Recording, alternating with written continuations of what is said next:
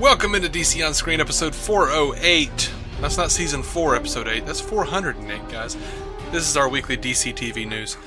I am your host, David C. Robertson. This is my co-host, Jason Goss. Hello. We just got finished with our DCEU news. If you don't follow that, you should. Why wouldn't you? I mean, unless you just don't like the movies, in which case, I understand. Yeah. But we're going to talk TV here. Some sad stuff right up front. And I hate to bring... I'd rather start off with sad than finish with sad. So this is why we're doing this now. Yeah, and it's kind of not sad. It's respectful. It is. I think. Hundreds gathered at sundown outside of LA City Hall to shine a Bill Dozier 1966 bat signal in the building in honor of Adam West. The Batmobile, Batphone, and other legendary props rounded out the scenery. Mayor Eric Garcetti. Yeah, I know. I'm sorry. Excuse me. I'm an idiot. Mayor Eric Garcetti spoke at the event before the light was turned on. He says, "We don't gather on these steps very often at night, but when we do, it's for a solemn and holy purpose. Tonight we're going to light up your city hall for our own bright knight, the legendary Adam West." Between pieces of his speech, he referenced his own past as he and the crowd recited the famous tag, "Same bat time, same bat channel." Garcetti added, "You don't have to wear a cape, you don't have to be a movie star, you don't have to wear a badge or get elected mayor to make a difference and to be a hero.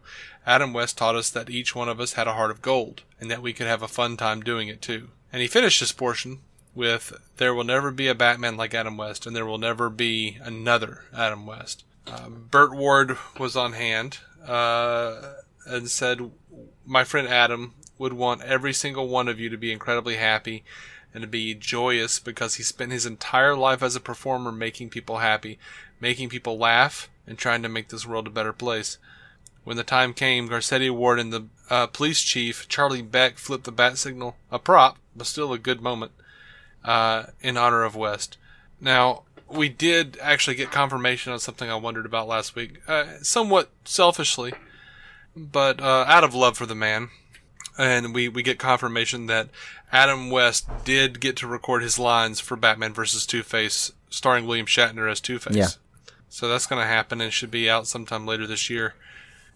He's probably got a few more things in the pipeline. I mean, as far as I know, that's it. I would think maybe a couple of Family Guy episodes or something. Yeah, I mean, I don't know. I don't keep up with Family Guy. I don't either anymore. But he was a very active performer. I wouldn't be surprised. Yeah. We probably got like a little bit more time with him, but I don't know. That was a touching moment with the light, and Garcetti's speech was pretty good actually. Mm-hmm. Like, I've seriously been sad every time I've thought about Adam West. I know. It's yeah, it hurts. Did we talk about the orgy last week? I don't think so. I read a story where apparently he had I don't remember if it was an intentional if he intentionally attended an orgy or if he stumbled upon one with Frank Gorshin, who played the Riddler. But he said upon seeing it, he just reverted into Batman and started doing shtick, like Batman shtick. And Gorshin followed suit and started being the Riddler. And like the people who were running the orgy got pissed, and like because the people stopped having sex and started laughing at them, and they kicked him out. They kicked Adam West and Frank Gorshin out of the orgy. That's fantastic. I want that to be true. Yeah. I'm not even going to look it up. I just want to believe it. I would just like that to be a thing that happened. Anyway, moving on over to Supergirl. Supergirl is under new management. Season 3 is going to be different, guys. It lost its longtime showrunner and co-creator Ali Adler to a consultant deal with CBS TV. In her place, the show is promoting 2 producers to run the show alongside Andrew Kreisberg. That's always a good thing, Andrew Kreisberg. Sure. Jessica Queller, like the name, of Gilmore Girls and Gossip Girl. And Robert Robner of Dallas and Private Practice. I don't know him, but Gilmore Girls was at the least a clever show. Presumably they start immediately, since several of the other CW fall shows are already sending scripts of season premieres to their actors. So Yeah. Pre-production is well underway. I don't want to be a dick, or anything, but I kind of feel like Supergirl needs a bit of fresh blood in there. And I wasn't really feeling where Ali Adler was taking it, if that was the case. I like Andrew Kreisberg a lot. I like him on The Flash. And I've liked what he did on Arrow. So, I'm hopeful. This last season was pretty uneven. Yeah, it was. The front half was, I think, a lot better than the back half, if I had to generalize it. But Adler's deal is like on-lot consultant. Yeah, she's getting a sweet deal. So I don't know if she's. It's not like she's running from Supergirl or anything. It's just she's she just got promoted. A shit ton of money to go do a really fluid job. Yeah. And the people that were promoted have been with the show since like a few episodes into season 1. They're very familiar. Yeah, sure. And who can blame her? If you get the option to snort coke with $100 bills instead of $20 bills, you do it. You do that thing. Bills. Yeah. I am not actually saying Ali Adler snorts. I don't know Ali Adler very well. I don't. She's not, to her credit, she's not one of the executive producers who comes out and lies to us constantly about what's going on the show. That's true, yeah. She's no Wendy. I wasn't going to name names. I will. Again. I will. So, anyway. Boom. Weird news for Legends of Tomorrow. A Season 3 episode of Legends will feature P.T. Barnum of the circus fame as its antagonist. The role is going to be played by Billy Zane of The Phantom and Titanic. Phil Klimmer says about the role, "I've wanted to bring Billy onto Legends." Why him? Okay. Ever since I saw him in a Friends comedy pilot. That's a bizarre thing to see Billy Zane in, Phil Klimmer. Yes and no. I mean, you try new things. Yeah. I'm not sure that people know how funny Billy Zane is. Well, I've seen Zoolander. Although we cast him as P.T. Barnum because we knew that he would be able to find the soul beneath the larger-than-life showman. Truth is, Barnum never said, "There's a sucker born every minute." He was less a con man, more the father of modern advertising. A guy who made things, quote, go viral before that was a thing.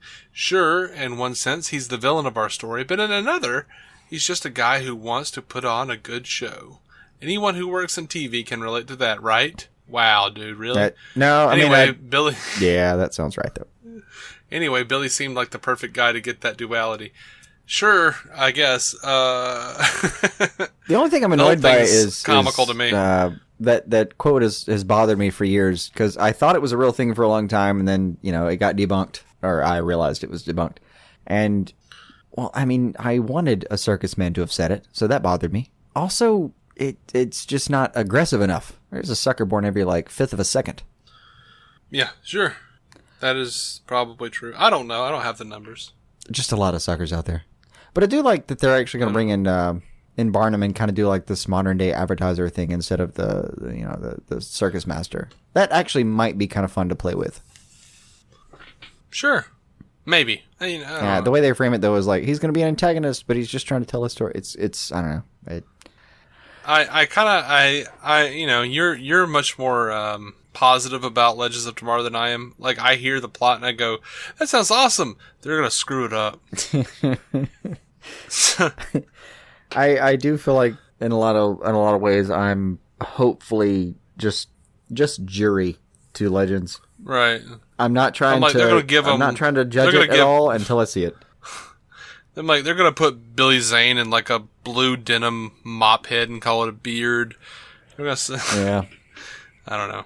Anyway, over to Arrow. Stephen Amell tweeted a picture of the cover of episode 601 of Arrow. Unfortunately, he wasn't able to share the title. He wasn't allowed to. So all we know is that Mark Guggenheim and Wendy Miracle co-wrote the episode, which, by the way, they're actually, for as much as we crack wise about how they're liars, they're actually pretty good damn writers. They really are. It's just that they lie to us when they're doing interviews sometimes. And I don't mean hedge their bets sometimes. I mean straight out lie. Yeah. Stunt pro James Banford directs, and he starts prep in 1 week and starts shooting in 2. I'm excited. Arrow season 5 was so good. Yeah. And it started with a very similar what they're gonna do configuration. now. Like the only difference was story by Greg Berlanti on 501. Otherwise, it's the same crew on that front page. So we can probably expect some really decent action up front. Yeah. Popping over to Powerless, they've decided to release the unaired Adam West episode Win, Luthor, Draw on YouTube. It's one of the 3 unaired episodes of Powerless. Adam West guest stars as Dean West, chairman of Wayne Industries. He comes to Charm City to deliver news about cutbacks in the company. If you're interested, you should check this out soon. NBC has it on YouTube for now, but they do say it's for a limited time. And I have my fingers crossed that means that they're going to be putting it out on DVD and Blu-ray. That'd be good. And also, there's this was the second of 3 episodes that they have in the can, like done, and they just haven't aired them. And actually, I was surprised to see the way all the press was slanting it. It didn't seem like it was going to be there, but sure enough, Hulu's got this. I mean, if you're just following on a Hulu, it finally shows up with Powerless 1 new episode. Okay. Hopefully it's... That's cool. I don't know, man. Maybe it gets enough traction that they're like, we'll just throw out the other couple episodes. I don't know what they'd keep them for. Does Hulu have all of the episodes available? Yeah, actually. Yeah. We need to do that Powerless review that we said we were going to do. We should. I was actually watching it just as we geared up to do this episode. So that's right. I'm going to go back and finish that episode here shortly. Okay.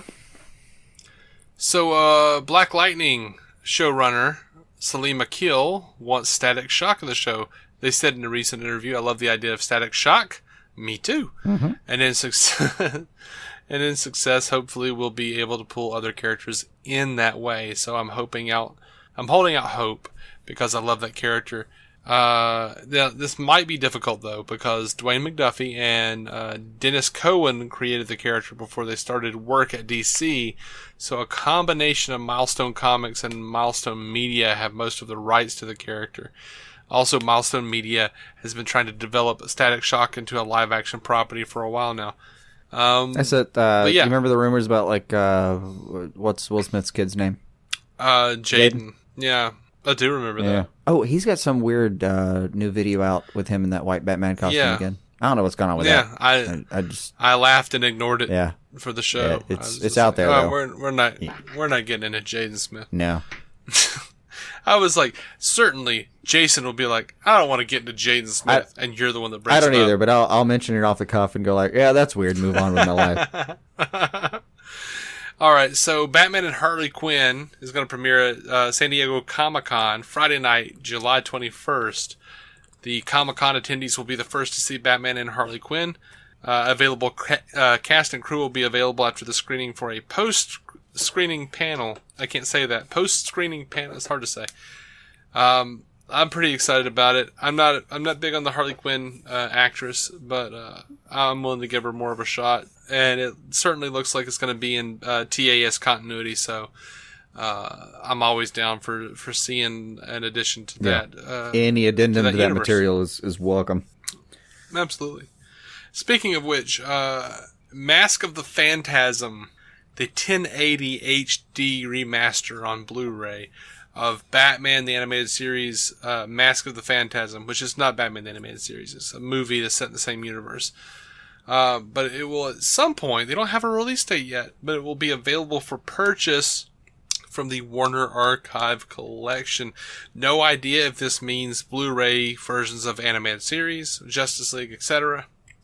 No idea. Yeah, there's very little information out right now. It will be on my shelf. I will buy it because Mask of the Phantasm is still, I don't care what anybody says, it's still the best Batman movie ever released. And by movie, you mean thing that actually was in theaters.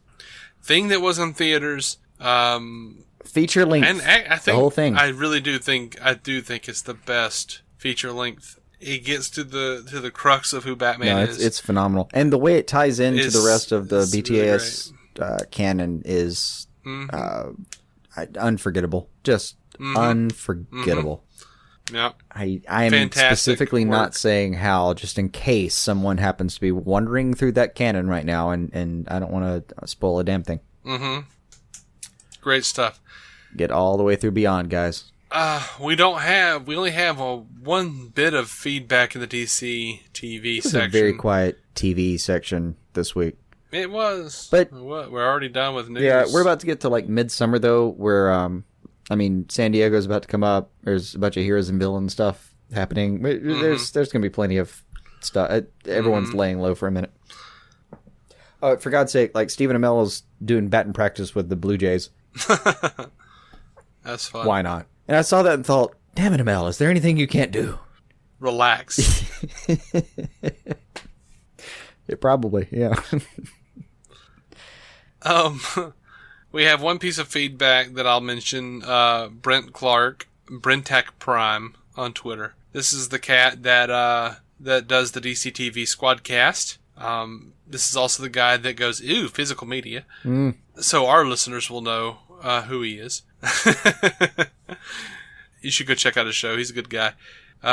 He asks us, because last week we were talking about all the Blu-ray and DVD release dates and all the special features and stuff, and he says, we're in 2017. Why are you talking about DVDs and Blu-rays? You did the show prep for the TV show. What do you got to say, Jason? Because they still exist. That's fair. I like them. I'll give us this. Every time something is available for streaming, do we not try to cover that too? That's true. But there's a series of people who want to have that like cold, hard Blu-ray in their hand. Me. And we're trying to be there for you too. And honestly, the quality is better on a Blu-ray. It just is. Yeah. I mean, there's only so much you can do streaming something. You can only guarantee so much. And, you know, the internet's not a guarantee at any given point. It's just not. Mm-hmm. You never know when it's going to knock out on you and you can't do anything. I hate to sound old, but I'm only 32, so fuck off. I don't sound old. You never know when your DVDs and Blu-rays are just going to be there with you. When your internet provider has failed you. I sort of feel like, the internet provider might fail you, and besides that, I just like to see a thing on a shelf, there's all the practicality in the world for having, and whether you display it or not, there's something to be said about being able to just open up a drawer and find your copy of Arrow Season 5. And also, as much as I like streaming, we're starting to get into stuff like 4K, 6K. There are reports that they actually have the technology for 10K.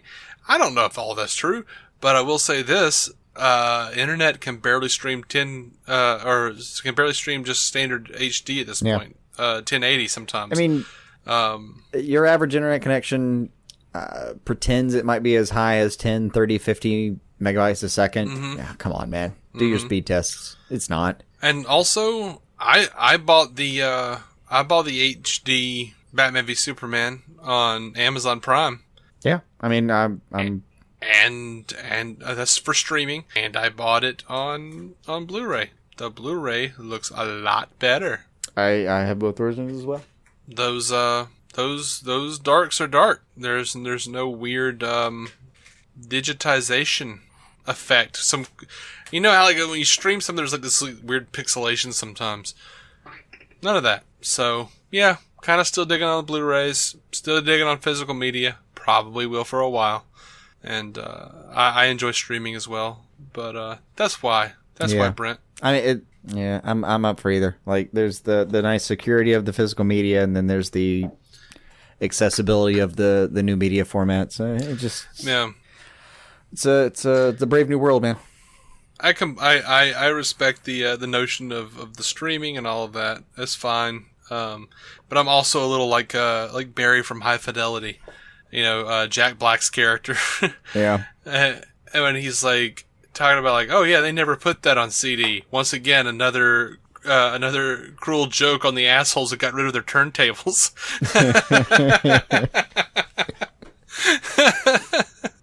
Yeah, I it's one of the many ways in which I do not make sense is, I don't have a DVD, like I don't do physical media as far as you do as on DVDs and Blu-rays. I don't even have a Blu-ray player. I don't even care. I don't care that much about physical quality and visual quality. Mm-hmm. But I have a vinyl player, and I don't really buy anything other than vinyls anymore. Yeah, I have a vinyl player. I don't. If I'm buying physical music, I'm usually going to do vinyl. Yeah. Unless it's not available, like Squad on the Squadcast just retweeted this deal they were doing about from La La Land Records, the Danny Elfman Batman collection. It's like the expanded edition of the Batman score and the Batman Returns score at a discounted price. That shit, I didn't even think about it. I just like, yes, and order.